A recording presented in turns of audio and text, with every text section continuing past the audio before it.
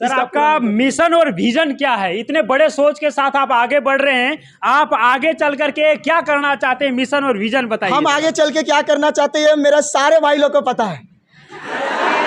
पता है जी आप लोग को? क्या करना चाहते हैं बताइए कोई। सीएम? अरे वाह, देखिए झारखंड का सीएम ना। अरे वाह, चलिए सर, सारे बच्चे जो है आपको सीएम बनाने का ज्यादा बोल दिया।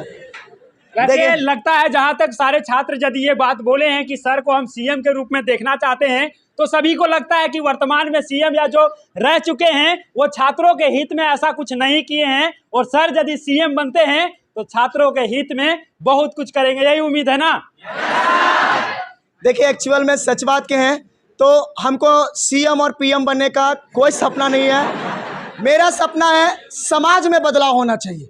मेरा सपना यह है कि गरीब हो, गरीब की वजह से उसका पढ़ाई रुक जाए, ये नहीं होना चाहिए। और अगर ये गांव एक ब्लॉक का, एक विधानसभा का विधायक चाहे तो अपने पूरे विधानसभा में गरीब बच्चों को वो अपने दम पे पढ़ा सकता है। अपने विधानसभा में एक फ्री मेडिकल जो छोटे मोटे ट्रीटमेंट है वो खुद से करवा सकता है। अगर एक विधानसभा का विधायक चाहे तो बिल्कुल काम कर सकता है। और इन्हीं सब सोच के साथ हम ये चाह रहे हैं कि मेरा समाज में बदलाव आए, और बदलाव करने के लिए अगर हमको विधायक, सीएम, पीएम बनना पड़े तो बनेंगे।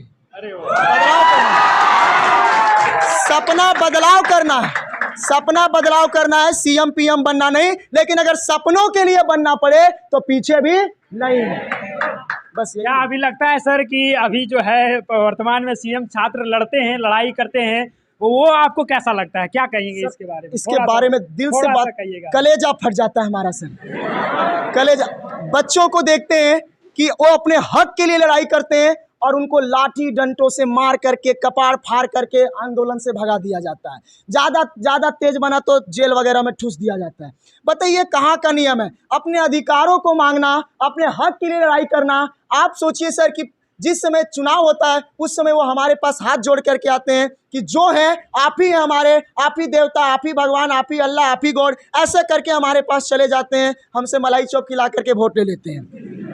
और जब वो वापस हमारी बारी आती है तो हम अपनी बात रखने के लिए भी जाएं तो बोलते हैं हु आर यू, इंग्लिश में बोलते हैं वो, जबकि शायद उन्होंने इंग्लिश कभी ज़िंदगी में पढ़ा भी नहीं होगा। तो हम तो चाहते हैं कि ऐसे ऐसे लोगों को, देखिए सर आपको भी पता है कि युवा एक ऐसा होता है कि जिनके जिगर में भी बहुत दम होता है और जिनके सपनों में भी बहुत दम होता है। तो अगर एक युवा अपने ज़िंदगी में कामयाब नहीं हो पाता है तो उनके लाइफ में नेगेटिविटी आते रहती है। तो अगर युवा कहीं डाइवर्ट हो रहा है तो इनका जिम्मेवारी कौन है? सरकार है।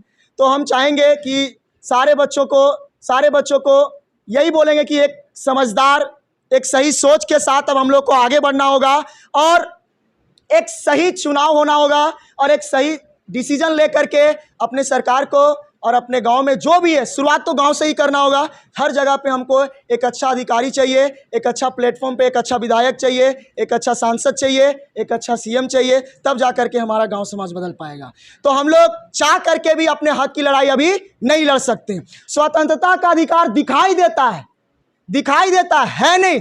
आप चाह के भी उन सारे अधिकारों पे अपना हाथ नहीं डाल सकते। वो अधिकार सिर्फ बड़े लोगों के लिए है, हमारे लोगों के लिए बस उनके जूतों में नाक रगड़ना, उनके दिए हुए टुकड़ों पे पलना, बस हमारा यही अधिकार चल रहा है। और इसको हम लोगों को बदलना पड़ेगा, इसको हम लोगों को रोकना पड़ेगा। क्योंकि बैठी हुई सरकार क्या बोलती पता है? कि जनता लोग तो मूर्ख होता है, जैसे चूतिया बनाओगे वैसे बन जाता है, इन लोगों को कुछ दिमाग नहीं होता है। तो बेटा तुमसे ज़्यादा दिमाग है बच्चों को।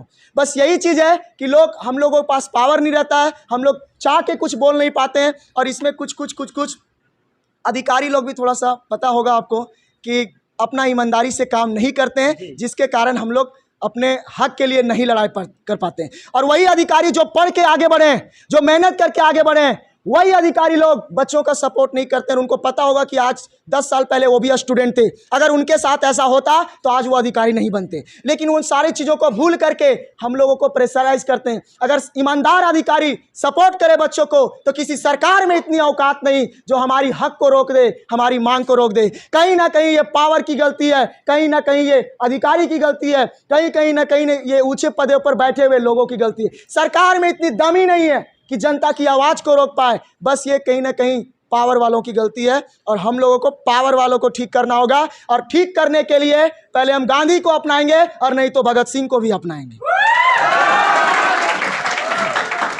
सर ने अभी बहुत अच्छा बात कहे कि भगत सिंह को अपना लेंगे, गांधी को अपना लेंगे, ताकि हमारे समाज में परिवर्तन हो सके।